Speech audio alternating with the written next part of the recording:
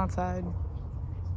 Hopefully the outside noises are nice. So I had a different video in the works where I reread the first few chapters of this book that I wrote when I was 13. And like, I do think it's a funny video, but I was also just a little bit insecure about it. And also the editing is taking so long. And also I edit on iMovie on my iPad. So I decided to just record a quick, short, easy to edit video that I could post. And I want to post something because my last video did some numbers that I was not expecting. I think on my last video I said at the very end, subscribe if you want to be my 69th subscriber, and now I have over 1,000. So whoa, yeah, I want to post a video. So today I thought we would talk about some literary couples and whether or not I think they would stay together after the book ends. There are a couple like caveats, but we'll cross that bridge when we get there. Spoilers for every single book mentioned. So if you want to avoid spoilers for certain books, there will be timestamps. So the first one is Harry and Ginny. Yes, I do think that they would stay together after the book. I think Harry and Ginny are a really good couple.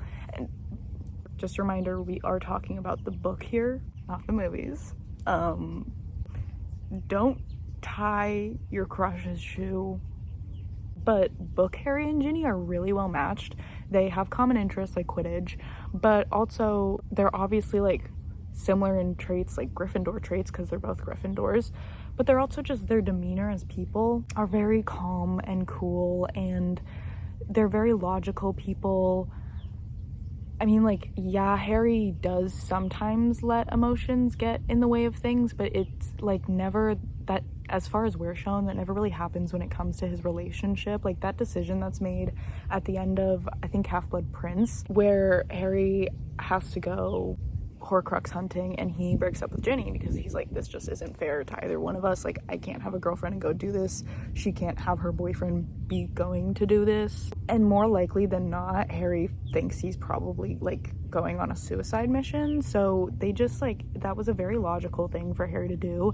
And there was no fuss about it from Ginny. Like, obviously they were both very emotionally upset about it and sad and did not want the relationship to end in that way. But he didn't even have to tell her he was going to end the relationship. Like, he kind of just turned to her and she was like, I know what you have to go do, and I know that I'm not going to be a part of that, and we can't be a part of each other's lives in that way at this moment. And I love that then they get to get back together. So I do think they would stay together. In the off chance they did get divorced, I still think it would be an incredibly cordial and mutual divorce. Like, Harry is a Weasley. He was a Weasley before he ever even started dating Ginny. And again, like I said, they're both very like calm, logical, collected people at their core. I know they have their moments, but at their core. And so I think it would just be like Harry would still be over at the Weasleys for Christmas and birthdays, and it would not be that family where it's like you're struggling to get mom and dad to talk to each other. I think they would have a very good friendship if they did get divorced, but again, I really don't think they would. Ron and Hermione, however, divorce babes, divorce. This one's kind of tricky because I could see it going two ways. I could see them either like getting very close to divorce but never actually officially divorcing each other, and I could see them just getting divorced. Either way, I think they hit a very, very rough patch in their marriage. While I love Ron and Hermione together, they bicker so much, and about like important things too. It's not just like silly goofy banter bicker, it's like very important shit. Like, they get pretty serious in the later books, and they argue about that serious stuff in a way that's like genuinely destructive to Harry's mission of killing Voldemort, which is like, yeah, I just think when it comes down to it and the idea of them having kids together and trying to parent together, I think there would be so many fights, and I think they would have a really hard time staying together. I think it would be relatively cordial. I think they would still remain in each other's lives, but I don't think it would be in the same way that like Harry and Ginny would. I think it would more just be like a cordial co-parenting situation, and I think it'd be really unfortunate because Ron and Harry would probably remain friends, and then Harry and Hermione would probably grow apart.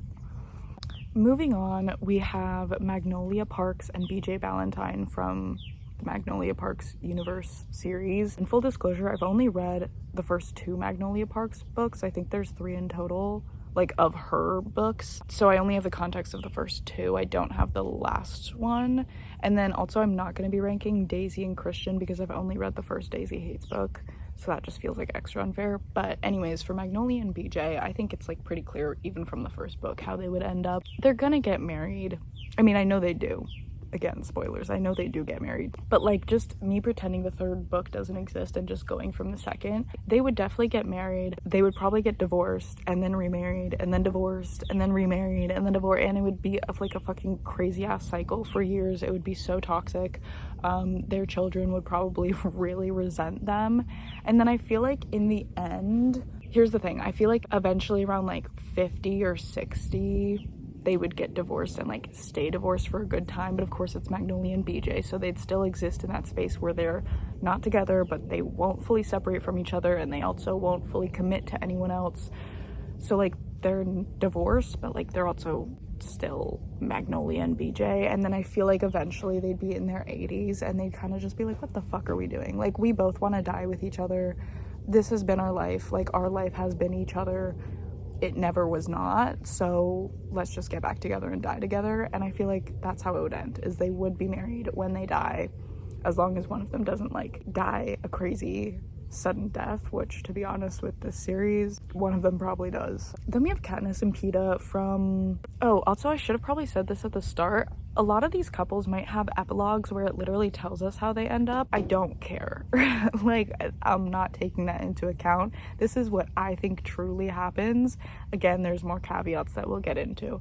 But next we're going to talk about Katniss and Peeta from the Hunger Games trilogy, and I just made that disclaimer, but I actually do agree with the epilogue. I think they would be very happy. I think the idea that it takes Katniss like 15 years to finally feel comfortable enough to even start thinking about like, oh my god, like if I'm safe enough to have kids, is that something I want? Because I don't know, there's this whole discourse that Katniss doesn't actually want children, which is the dumbest shit ever. She doesn't want children in the environment she exists in. She doesn't want children because she doesn't want them to get sent to their death. And then even as a Victor, she especially doesn't want children because she's made it clear that they love to reap Victor's children, and also Sunrise on the Reaping shows us that they love to reap Victor's children as punishment and shock factor and entertainment. So like, she has such valid reasons for not wanting a kid in that certain situation. That doesn't mean she doesn't want a kid, period. Also, Peeta would fucking never force her into that. So that's the dumbest discourse ever.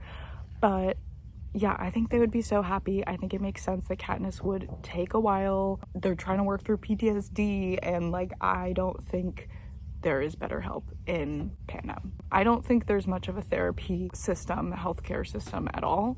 So I think they're kind of just grappling with that on their own. So the epilogue in Mockingjay is perfect to me. The epilogue in Sunrise on the Reaping is perfect to me, and it shall remain unchanged.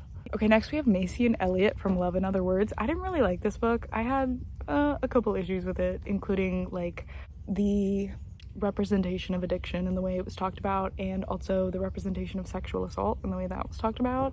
If you want to know more, I did make a reading vlog. I don't know if it's still up on my channel. I took a bunch of videos down because they kind of embarrassed me. Anyways, Macy and Elliot would not stay together because they have so many communication issues, and the way they think about each other is so self-centered. It's dual perspective, so like you can see the way they're thinking about each other, but even when they're thinking about one another, it's really about themselves. It's always just like, I don't know, like the whole thing with Macy's dad's death and like Elliot just being like, well, why didn't you tell me? Because it's not fucking about you. And then the whole thing with Elliot's assault and Macy's, why didn't you tell me? Because it's not fucking about you. Like, everything is just like, it's always about them. And also Macy's sitting there being like, this is my fault and he did this because of me and blah blah blah. And it's just like, not everything's about you. Like, this man just told you he got R-worded. I don't want YouTube to take down this video, and you're making it about yourself. So I just think ultimately, no, they would not stay together because they can't stop making each other's issues into somehow being about them and their own issues, and their communication is fucking awful, and they just aren't suited for each other. No. Sorry, I know people love that book, but no. This next one is our first caveat. This next one's our first caveat, and it's Connell and Marianne from Normal People, who don't end up together at the end of the book, but that's okay. because I'm just going to tell you what happens after the end of the book. I'm declaring it right now. This is canon. I think, what do I think happens to them actually? I don't know. I didn't decide any of this before I started filming. I just sort of made a list and then sat down and started filming. Let me think about this one. You can look at the beautiful view. Let's look.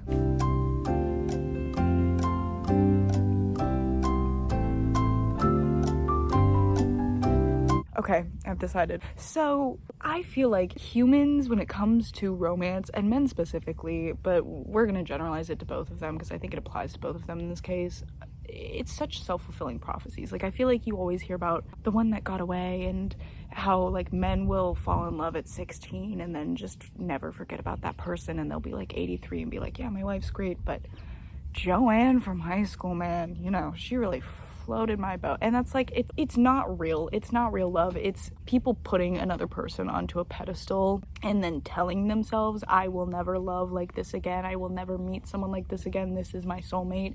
And we're just two passing ships in the night. And they tell themselves that, and then they make it come true. And it's like, if you actually gave someone else a real chance, you'd fall for them way harder. You'd fall for them just as hard. And it's like, I don't even think they look for another person truly, because they just already have it made up in their mind of like, well, they're never gonna compete with Joanne from high school and her crazy sloppy toppy, you know, back at the drive-in movie theater, you know. You just can't forget about Joanne. So my point with all of that is to say that I feel like Connell and Marianne always held each other in this regard of like, oh, but like that's the true one, like that's the person that ultimately my soul is meant to be with, but it's never gonna work, you know, that whole romanticization of just simply not being compatible with a person long term. And I feel like it would affect their future relationships. I feel like they would never truly feel fulfilled in their relationship, because they would always have this place of like, but Connell, but Marianne, but it's not them. Get the fuck over it. Give someone else a chance. But ultimately, I don't think they would end up together. Next, we have our next caveat. Just a reminder, spoiler warning, this is Yael and Luka from the Wolf by Wolf duology by Ryan Groden. So I feel like I am going to explain Wolf by Wolf a little bit, even though I didn't really explain the other books, because the other books I feel like didn't need as much explanation and or are pretty popular, and so like I just assume people kind of know about them. Maybe I should have been explaining the other books. I don't know. I'm new to this, okay? But I'm going to explain Wolf by Wolf. So Wolf by Wolf takes place in an alternate universe where Hitler and the Axis powers won World War II, and it's so hard to explain.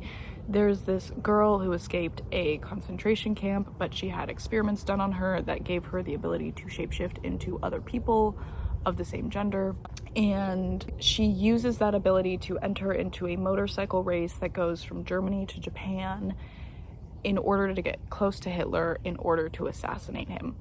On that bike race, she meets a boy who, you know, the people competing in this race are Hitler approved, let's just say that.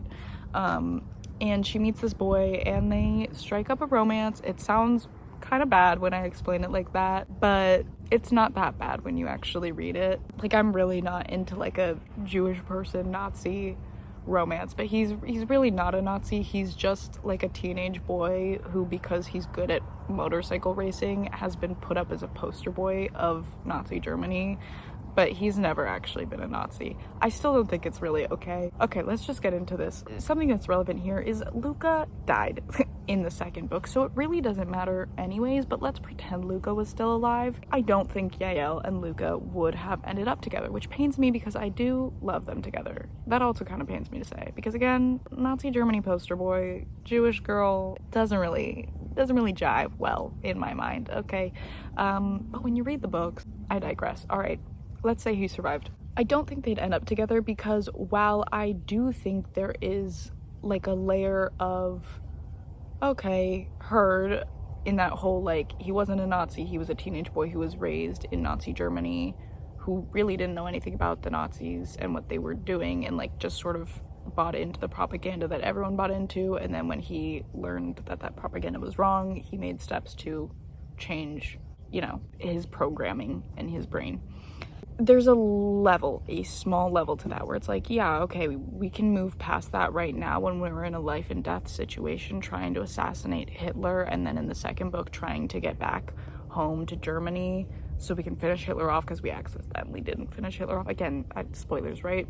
But when you get home and all is said and done and we go into this new society where we have assassinated Hitler, it's a new world, there is a whole lot more unpacking that Luka would need to have to do, and that Yael would have to do, and that they would both have to do. And I don't know if they would both be equipped to do that unpacking together. And I also don't know if during that unpacking, I think they might come across some things where Yael is like, I actually can't live with you because of your participation in Nazi Germany. Again, he wasn't a Nazi, but just like by being a person who grew up in that society and was blonde and blue-eyed and championed and a poster boy, I just feel like there would be like some conflicts that they would come up against that ultimately they would not be able to be together. I hope that all made sense. Next we have Natasha and Daniel from The Sun Is Also a Star. Now again, they didn't end up together at the end of the book, but I'm going to tell you what happens after the book. So The Sun Is Also a Star, it ends with basically, I think Natasha gets deported. I'm pretty sure like her family does not succeed in, you know, her immigration journey, and they end up getting deported. That sounded so weird and callous the way I said it, especially with everything going on right now. Basically, she was trying to like, she got a notice that her family was being deported, and she was, over the course of one day, because that's all her family had, was like, you're being deported in 24 hours. So over the course of one day, this girl is trying to like get in with immigration lawyers and stuff to try and get her family the ability to stay at least for a little while longer, so they can figure out the situation and stay long-term permanently. And she's unable to do so, and so she does get deported back to Haiti. But then the book ends with Natasha and Daniel, who was left back in New York City when Natasha was deported. They see each other on an airplane, and then it ends, and it's like, oh, did they get together? Did they not? And that's why I thought this would be a fun couple to talk about.